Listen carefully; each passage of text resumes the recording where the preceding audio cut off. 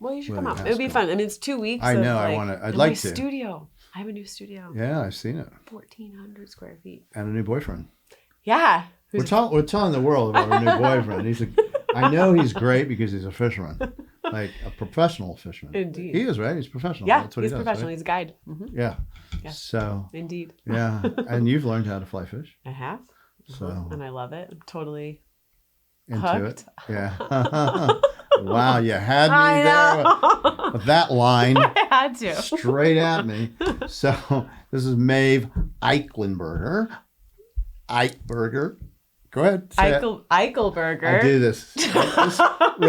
I'm just messing with her at this point. Eichelberger. There you go. It is. It's not hard, really. Like the President Ike, right? Eichelberger. Perfect. See, I know Nailed Eichelberger. it. You nailed it. I know. I told you the first time I met you. You should just go Maeve. I know, Maeve. Eichelberger. Just solid Maeve. It's Eichelberger's not. It shouldn't be hard. It's just. It's a mouthful. It's a lot of things. Constants. Yeah, constants. Are they constants? I think they're something else. Anyway. So anyway, we haven't talked in 2 years. Yes. And a lot of things have happened. Good for you as well. Like just name a few. I mean, you've been in a bunch of shows. Just new representation with Sorrel Sky. Yeah, with their New York gallery. Their New York gallery, and that's been fantastic. So I had a solo show there in July. Yep. And produced about 12 new pieces. They were cool. I saw neon. Them. I went to the show. I went and saw them in New York City, and they were beautiful. And she had them in the front of the gallery too, where you could see them from the window. Yeah, in the windows. It's really fun, and I get people on social media constantly like walking by and sending me snaps like they love this, so it's fun, it's like, to see. What is this? Exactly. Have people started to figure it out yet? I think so. I'm not sure if they're into the colors or if it's the colors and the saddle, or if it's, Western theme has just become so popular. I'm not sure if it's like, maybe it's a combination of everything. And you mean the Western theme, especially in New York? Or just in general, I think like it's just become very, I don't know, trendy maybe. Not a good word? Found? No. Trendy to me says that it's short term, and I don't. Yeah. I mean, it's American. Well, I hope it stays. Yeah, American art and Native American art, which is the same. Yeah. Has, found its voice finally. I mean, I go to New York or Boston or Minnesota. I look at all these museums I've gone to in the last year, and they're all focusing much more, especially on Native Indigenous art, which is really interesting to see. Yeah. And women's voices I see to be more active and just you look at the Emmy Whitehorse, right? Totally. And John Two Quick Smith. Yeah. And, there's some things really happening. Yeah, I think that was a perfect way to say it. Found its voice, or it's become recognized, acknowledged that it's like way awesome. Yeah. There's so many different expressions of it. So I've been dealing in Native and Western art for 32 years. It's amazing. Like, we've been here. Yeah, so, right. It's just, I think the evolution. Eastern people. Right. No, it's great. No. And I love the fact that the museums are looking at it differently. Mm-hmm. I think it's important. Yeah. I mean, it is our history. Yeah. They need catch up is what they need. Yeah, I agree. But they get it. Yeah. So, and you're in museums. I saw your stuff, I know, at the booth. Yep, I saw the booth Western. Yeah. And Crystal Bridges should have one of your pieces. I know. Maybe that's next. Yeah, that would be perfect. On the vision board for 2025. Yeah, is that right? Yeah. Do you think about those honestly, things? I absolutely. Yeah. When I'm setting goals, I set goals for myself, and museums have been on it before. Yeah. And now I have a studio that I've been dreaming of for a long time, which is just a lot of space that I can grow into, and I can start to work larger. And I'm just feeling very open these days. Yeah, and to work larger for you requires kilns and things, right? Big things to, right? Yes, which I'm hoping will evolve as well. You know, almost like ovens, essentially. Yeah. It's like a big way to, heat a large piece of acrylic. Right now I'm still, just me, my heat guns. So, yeah. Just heat guns. You do that, just heat guns. Oh, yeah. That's just heat guns. Not efficient, probably, either. It takes time. But it becomes my just my meditative practice, right? I really have to, come back to, focusing on these moments and thinking about lines and forms that I really want to manipulate, because you only get a couple chances, maybe two. So because if you otherwise it gets too brittle, or I mean it can get too floppy. Yeah. And then you're missing that form that you wanted. Yeah. Or if you reheat it too many times, then it becomes too brittle. It cracks. Yeah. Do you wear respirators when you do? Yeah, I wear respirators. You'd have to. Yeah, I wasn't always good about it, but I've gotten much better. Yeah, I would think you'd have to, because the toxics that. I have ventilation like fans. And very important. Absolutely. And so you're probably always thinking of different kinds of forms and things you want to do. Yeah. Right. So I thought, we're here today because the new Young Guns, and you're one of the 4 people that are going to be part of, yourself and Josh Gibson and Jordan Walker and Maeve, you. And so I've said it a bunch of times. Maeve and Whitney Gardner, who was here yesterday, by the way. Oh, missed her. Yeah, you just missed her. Well, you'll see her very shortly. Anyway, and you're still under 40, right? Yes. Barely? I'm 37. Okay. All right. Just making sure. I guess Whitney must be the oldest. Yeah. We're about the same age. Yeah. I think. Okay. So you're really young, actually. 37 is really young. I don't feel like it's too old. I feel good. No. So I did capture you in the video. So for those people listening, I took a video of her packing and unpacking stuff at the show, and she leans over for one piece and goes, ugh. I was like, should she be in the Young Guns? Should she be able to do? Well, in my defense, I did just drive about 9 hours today from New Mexico. Yeah, that's right. Just a little creaky from the drive. So people who know, who are watching it on YouTube, she's got the hat on and everything, because she did. She wasn't expecting this. She's driven 9 hours, and so she looks good even after 9 hours. Oh, thank you. Very much. It's good to be here. I'm just happy to be here. So let's talk about that one piece that I thought was so unusual, which is it's a Storyteller, a fortune cookie / fortune. What is it? The Fortune Teller. Yeah, I called it the Fortune Teller. Yeah. But yeah. I love this piece. I think it's really unique. I think it crosses boundaries like I've never seen before. Actually, I've never seen something. It's this very modern use of words in a very unusual way on a Western woman's jacket or shirt. Yeah, just a button up. So explain what it is. So you know me, I'm constantly thinking about different things and what to create, and I've always thought about garments. And for me, garments are just like a typical button-up shirt. Everybody has one. I really wanted to touch on the idea of identity and how we identify ourselves, either through expression, disguise, discovery, what we surround ourselves in. Right. And so that's one concept of just doing this series of shirts. But as far as the imagery behind this particular shirt, it's fortune cookies.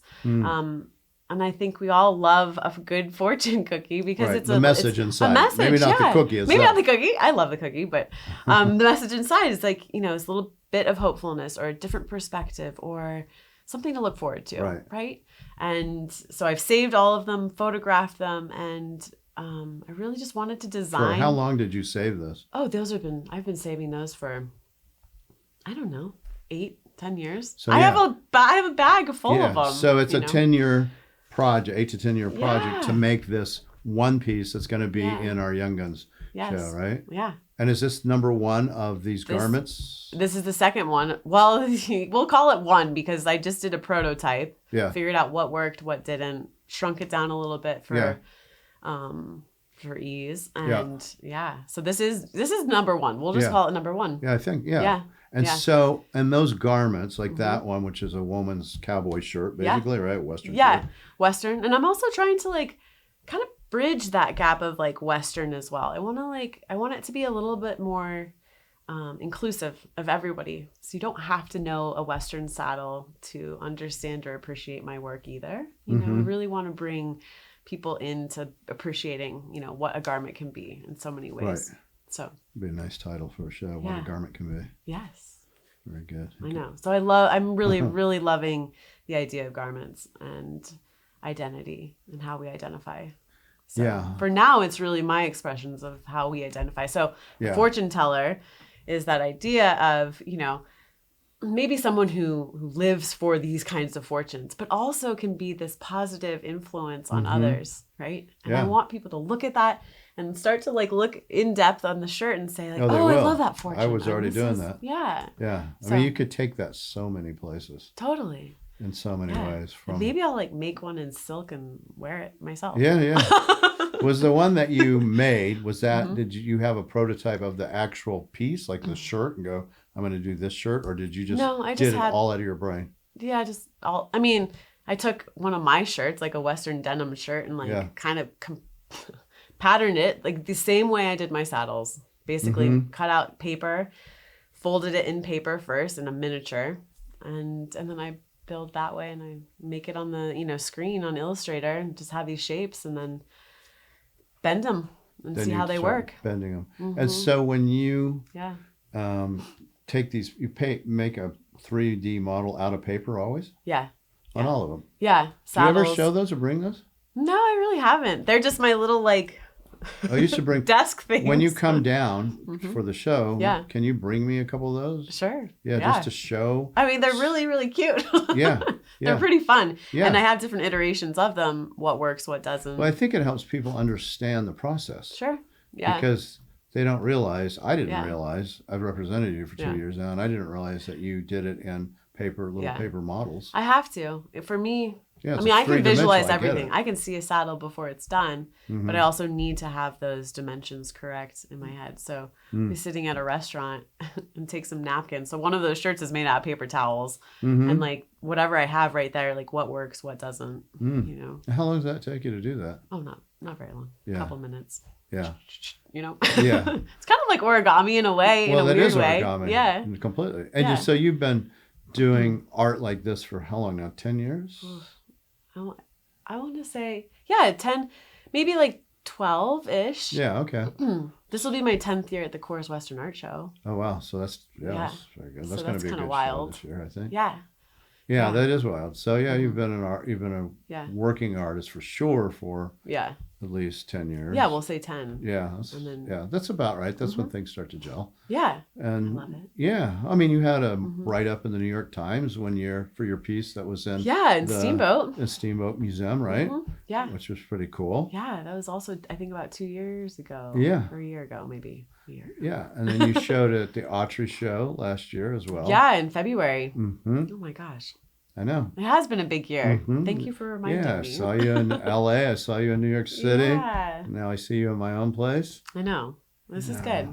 And so in that time frame, let's just say the last 2 years, because the last time I talked to you. Yeah. So you've gotten in museums, you've done big shows, you've been featured in a bunch of different magazines too, right? Yes. Yeah. Yeah. Western Art Collector did a feature on me. And you're going to do it and another one too, this one. Right. So the one they did was just you, and now this one will be the group show. It's out, I think. Now. It is, yeah. I haven't seen it yet, which I should get a copy. We have a copy. I saw the usual flip, but I haven't actually read it. Yeah, and I wanted to. I wanted to read it last night. It was like, it's not I want to. Oh well, I'll just write on my book. All right. And so, what do you think the New York representation has changed anything for you as far as, just status? I don't know how to describe it. Yes, I would. I'd have to say yes because I would think. I was just talking to Charles about. Charles, my son, co-owner. Yes, exactly. About being an artist, you have to have patience and persistence, and boy, I'll say, and waiting. I have to wait. So, yes, I think that New York is an amazing thing, and I think it has increased a lot of just exposure, everything.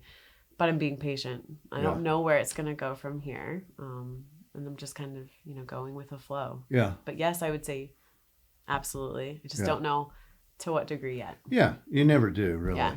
It can go like a drip, drip, drip, and then all of a sudden you fill up the bucket and it overflows with all sorts of things. Yeah. So I already feel overflowing, so it's good. It's great. Good. I'm really just pleased that I can be doing what I love.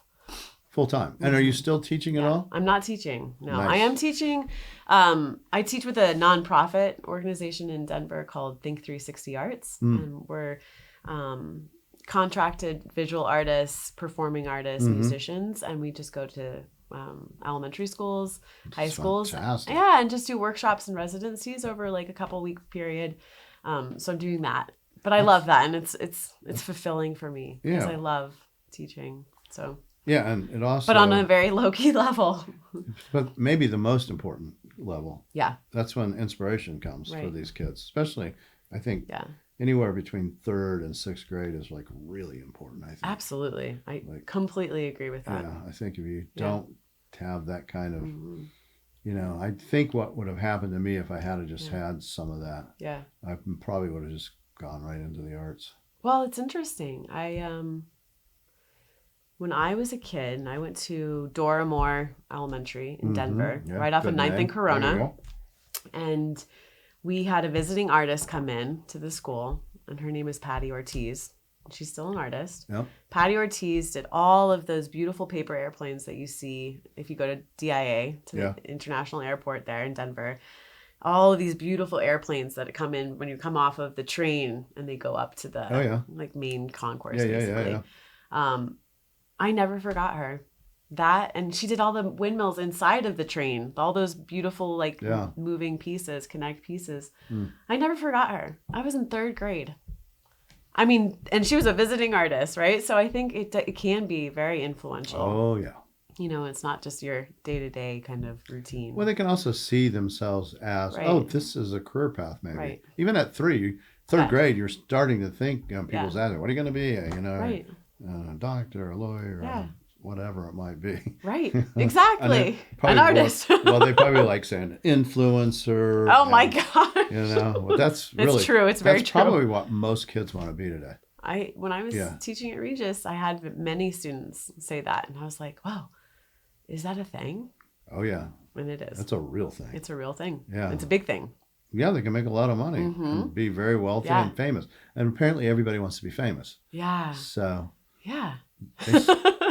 Because, they're indoctrinated with Facebook, Instagram, TikTok, all those things at an early age. And, the more friends you have, the more likes you have, the more it makes you, oh, I'm important. Right. Right. You don't have to be the cheerleader anymore. You can just be you can be, which is kind of cool in a weird way, because you can be the geekiest person ever. Totally. And be completely and utterly inundated with people that like you and follow you or see you as a role model. Just have to be a good marketing person. Yeah, or just interesting and unique. Right, exactly. And people organically go, oh, well, that's person's cool. I think that's great perspective, actually. Yeah. So, thinking of it that way. Yeah, I mean, it's important. For me, teaching these kids is really important. Yeah, I love it. It's fulfilling. It's completely fulfilling for me. So I'll never stop that. But. Almost every artist that I've interviewed said, oh, yeah, I kind of got started in about the 3rd grade or 2nd grade. And became the class artist, and I won an award. I got recognized, and and it was like, oh, this is good. I like this. I don't get it other ways. And and a lot of times artists aren't really maybe great at other things because their minds work so differently. Yeah. I can see that. Yeah, they're they're a genius in color and form and things like that, and creativity. But math may just be like, I don't get it. Yeah. And so, but our society has a tendency to want to give the kudos to the people that are, math or, these sciences, things that are more objective versus subjective. Right. And so, which sucks. It does suck. Yeah. I just like to keep my classroom open for everybody to just go for it. Yeah. And feel comfortable.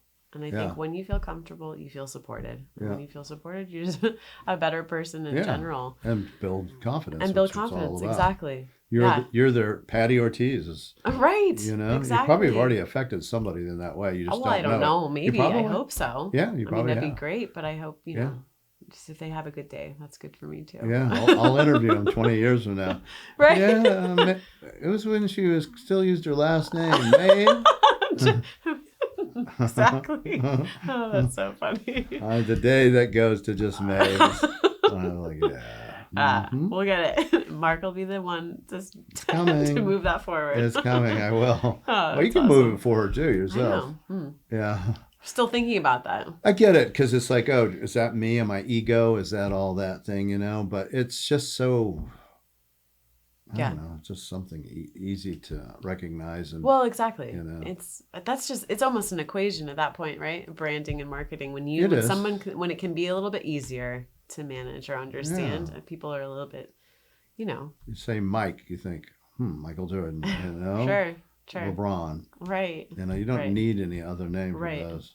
Yeah, it could just be simple. Yeah, Madonna. Does she have a last name? I don't even know. I don't know. That's it. Yeah, no. She doesn't need one. Yeah, I mean, and it's funny that artists don't have that as much. I'm sure there's some on the East Coast that definitely do. Yeah. Kindly. Kindly. Yeah. That's true. Yeah, things That's like true.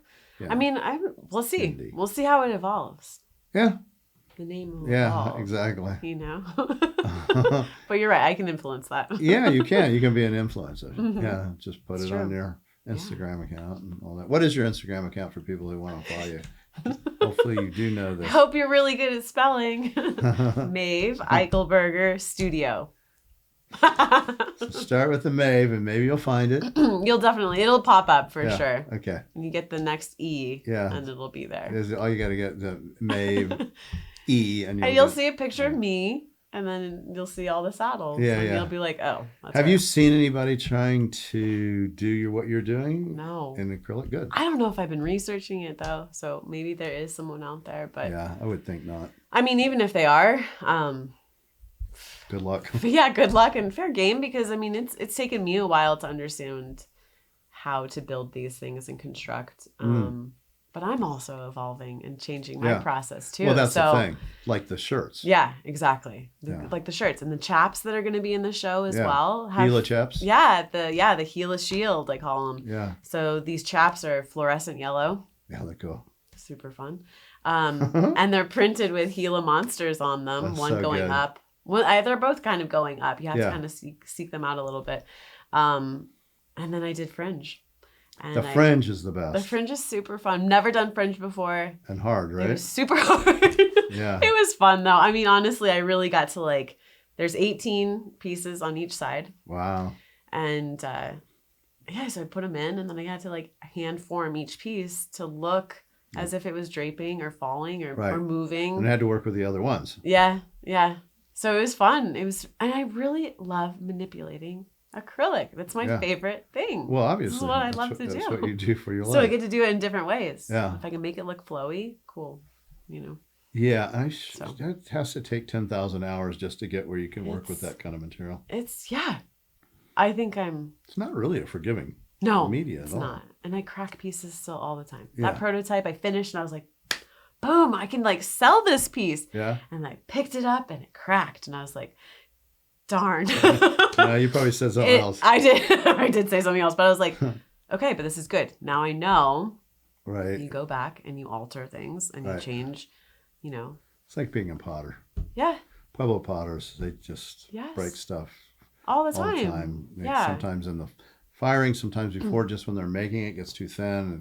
And it's like, And every day is different. If my head's not right that day, if I'm tired, something happens. I'm like, I gotta go home. Well, there's a lot of timing, I would think, going into these. You have to be it's like cooking. Yeah. I mean, you got to get the heat right. You got to get the ingredients right, and you have to know when to stir. Yeah, exactly. And I do have that dialed in. Of course. Almost to a beat. I would think. I'm sure it is a beat. It's pretty interesting. Yeah. Yeah. At this Has point. anybody ever filmed you doing that? No. You need to do I feel like it would take a long time. If we could do a time lapse. You should do that.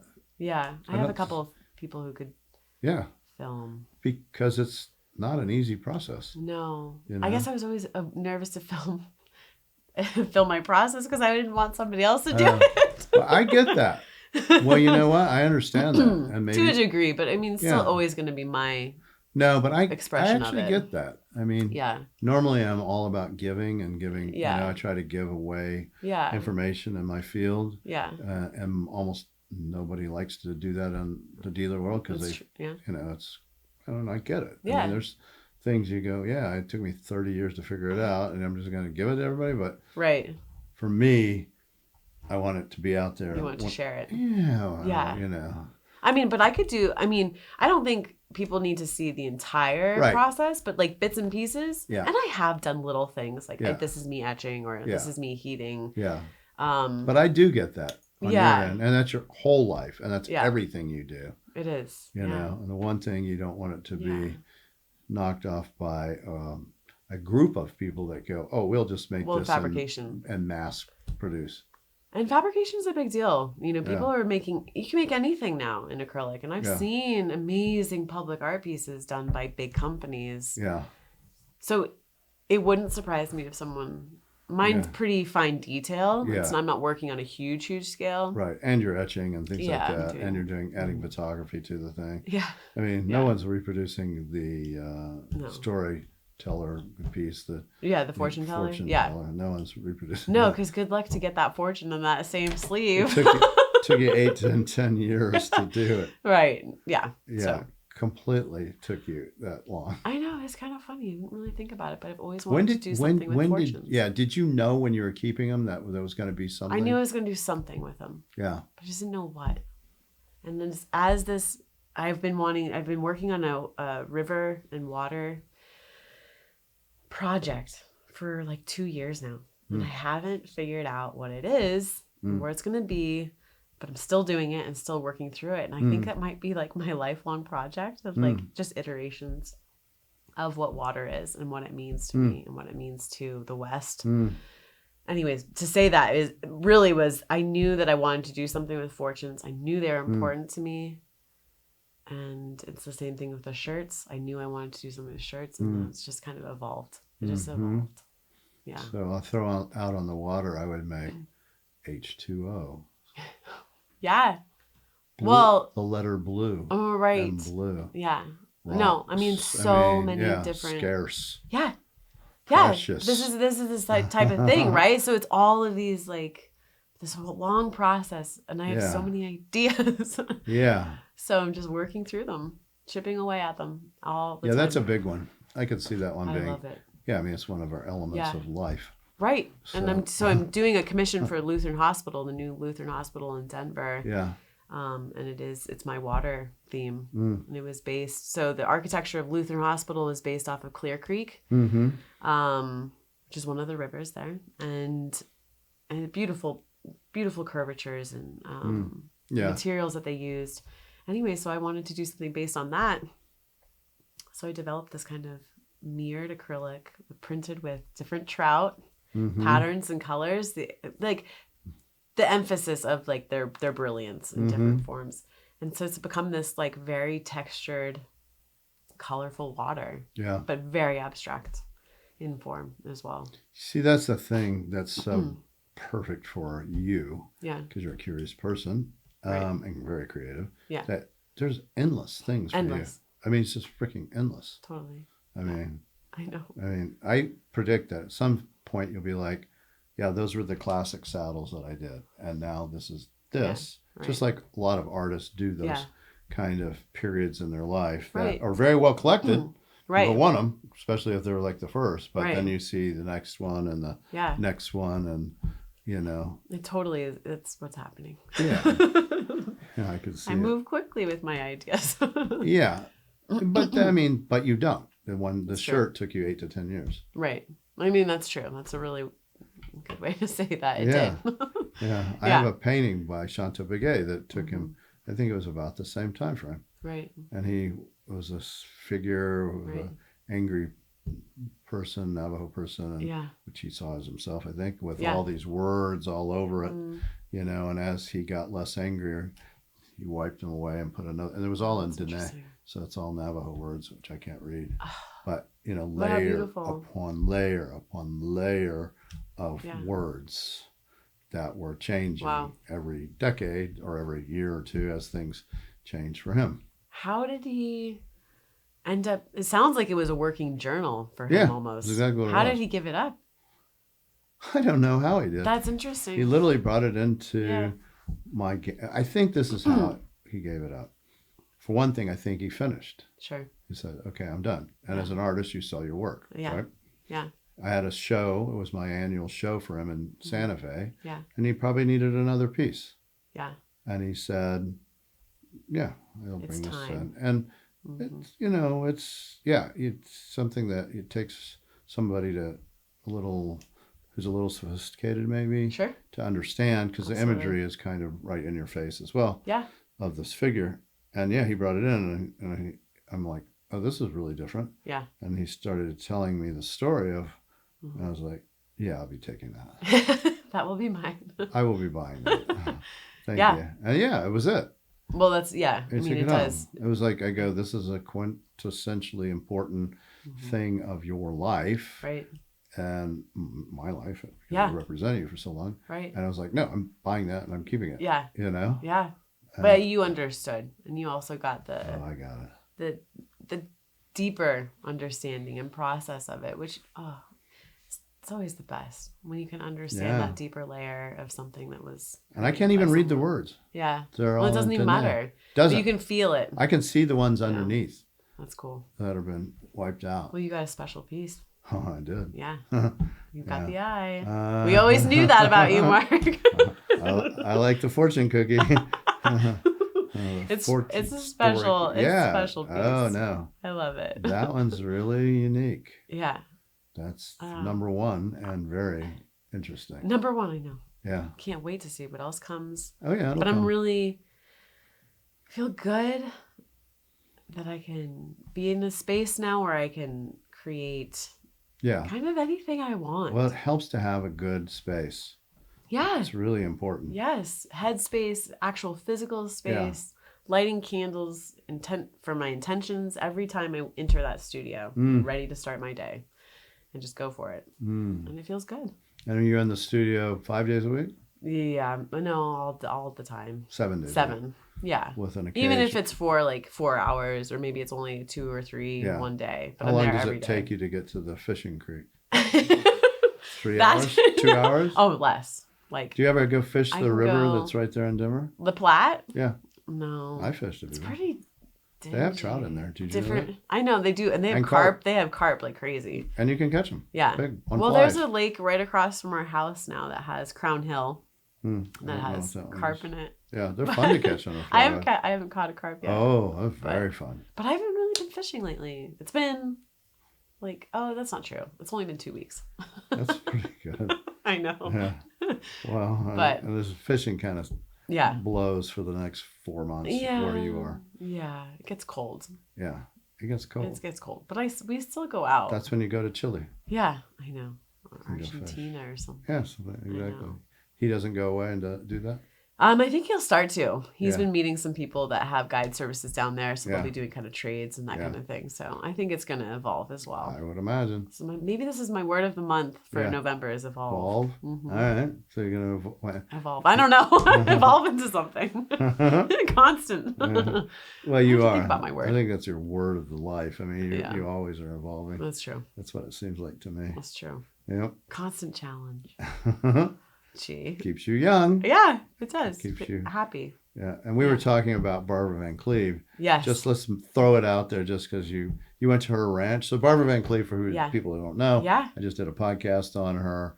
She's an amazing human being. She's the best. Unique force of nature in her way that she sees the world, how she how she did her photography, starting at 1950, and so I had the opportunity. We were just talking about this person, how great she is. So you went up to her, so to her ranch I was up in Montana for a while. It was represented by Visions West, and we were up in Livingston, and I went over and hung out with her, and she showed me her big timber photo studio and everything, and we just get along so well. Barbara, if you're listening, I miss you. I haven't seen her in ages. So she just had a film done. Yeah, I know. It's gonna go to all. Barbara's a pioneer, and she's the most humble, honest, and compassionate person I've ever met. Yeah. And she just does everything so authentically. Yeah. Yes. Very strong. Yeah. She's absolutely one of my mentors. She literally knows who she is. Yeah. It's the best. Yeah, There's nothing better than being around someone who knows who they are. Yeah, that's hard. Yeah, because we're all searching. Yeah, generally. and we're constantly searching, but she's just very I don't think natural. I don't think I think she knows exactly who she is. Yeah. I'm sure there was the process you got to though, but at 94, she definitely knows who she is. 94. I wouldn't even know. Yeah. No. That's the cool listen part to this too. podcast. Yeah. I mean, it's. Oh, I can't wait to listen. I'll definitely be on that it's a two-parter because we just went on and on. Yeah. I literally came out of that podcast buzzing. Yeah. I was like, oh yeah, this was like special for me. Yeah. You know. Good. I'm so happy you got to like get to know her a little bit. On that level. And we represent her. Yeah, that's awesome. So that's even the best. Yes. But I wonder if she'll be at the Coors Western Art Show. I think so. I don't know either. I'll call her. I'll call her. I'll get on the phone. Yeah. Or text her. Yeah. She's very savvy. Very no, she teaches photo classes to people, like workshops, using their iPhones. Yeah. I mean, she knows more about the iPhone than I do. Oh yeah. Probably. She was scanning all her stuff and putting them on, you know, disk drives and things, and I was like, wow. She's amazing. Hope I'm there. 60. I know. In like 20 more years or She's whatever, amazing. 30 more years in that case. Whoa. Oh, don't even think about it. I won't. Yeah. All right. Anything we missed or should talk about before? No. You know? I don't know. I think this is going to be a really bright and colorful show. And the more really I was fun. looking around at everybody's work, I was realizing, you know, that the Western colors don't have to be leather and reds and blues and blacks. In fact, the West is so bright and so colorful. It's amazing. I think it's mesmerizing. And I think all of this work is going to be really fun. Yeah. So it's going to be great. And a lot of different colors and different takes. Yeah. All of you are very different in the way you see it. Completely. But have the same theme of being young. I think you're all young. Yeah. And rising stars, in my opinion. So that's what it's all about, really. Yeah. I mean, it's absolutely. And a different voices that, you know, in this show than it was when I did it 18 years ago or whatever. And that show, all three artists, you know, Logan Najesh, Josh Elliott, Glendine, all went on to be the best in their field. That's awesome. One would think, you know. So we're on the way. This is a precursor I'm hoping so. for you us. You have a very... That's great. It's a legacy that's hard to follow with those individuals. But you guys will get there, I have no doubt. Yeah. That's why I selected these individuals, you being one of them. And it's going to be a good show. Thank you for including me. I'm so excited to be with these amazing artists and people. Yep. Yeah. It's really cool. Everybody has awesome stories. And yeah, my work's eclectic this year. Whose isn't? Which is good. So, yeah. I would rather be on the end of eclectic and pushing the edge or whatever than on the other end. Right. So, and everybody, I've seen all the work now, and it's all just like terrific. Yeah. Just all of them. Everybody like, okay, they're like gunning it. Up their game. I think it's fun when you have people that can come together and all want the same. They have that same ambition and drive of like, let's go, let's do this. Yeah. I want to be around people like that. Yeah. Well, you seem to be doing that. Yeah. I guess so. All right, Maeve. Cool. It's good to talk to you, Yes, Mark. it was nice. Thank you for taking the time. I know you're exhausted. No, I'm fine. I'm good. You're young. Hey, you're young. You don't feel like it. I'm exhausted. I am too. This is my second podcast of the day, actually. Orlin Joe was earlier. It's amazing. Yeah, and he's such an interesting human being. So it's like, it's great. I'll be a wet noodle tonight. I know. I probably will too. Yeah, I'm sure you will be. All right. Thank you very much. Thanks.